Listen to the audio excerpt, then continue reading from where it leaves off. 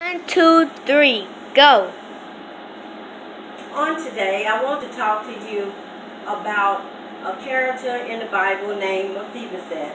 Mephibosheth, it can be found in 1 Samuel chapter number 9.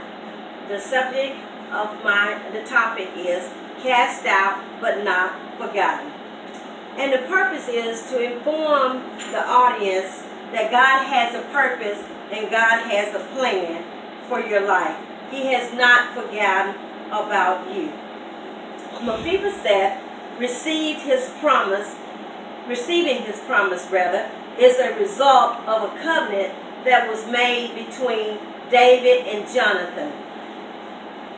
Although it appears that Mephibosheth was cast out and forgotten, he was not. God had a purpose and God had a plan for his life. And so does he have one for your life as well as my life. A little history about Mephibosheth is Mephibosheth was the son of Jonathan, the grandson of Saul. Saul was king and Jonathan was his son. And Mephibosheth was lame. He could not walk because during the war, Mephibosheth was taken out of the house by the nurse and she fell with him.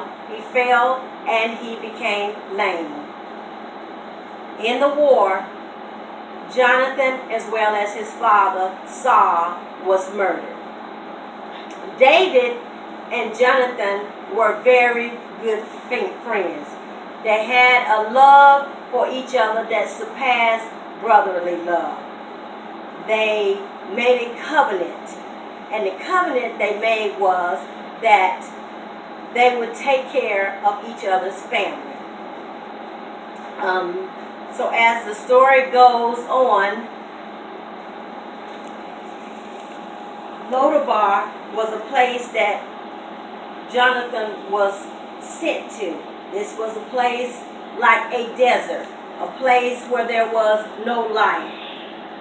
So Jonathan was sent there. David, when he became king, he sent for Jonathan's seed. He said, if there is anyone left after the household of Saul, please find that individual. And that individual was Mephibosheth. Mephibosheth was fearful. When the king sent for him, he was very fearful because down through the years, he had heard the stories how Saul, who actually hated David, tried to pursue and kill David. So Mephibosheth was fearful because he thought, why in the world would this king send for someone like me? A person that is not able to participate in war. Why would he send for me? But God had a purpose and God had a plan, and he was not forgotten. David sent for him, and he went to David's house, and they convinced him to get there. And once he was there, David had a feast, brought him in, and prepared a feast for him, and he gave him what was rightfully his. Because during this time, the kingship should have gone down to the next person that was in line. But as we know, Mephibosheth was in Lodabar, and he didn't get to receive the kingship because he was lame. But now, here he is.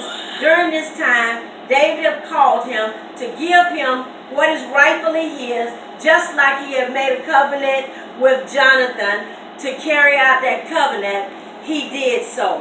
And Mephibosheth received the servants in his house. He received all the land and everything that was rightfully his. Mephibosheth, he received those things. And what I want to encourage you on tonight to know that even though we may be cast out or it seem like we have been forgotten and left somewhere to die, I want you to know on tonight is As God was faithful to Mephibosheth, so shall God be faithful to us. He will not forget us. He is a God that he does not forget. And just like he took care of Mephibosheth, he will also take care of us.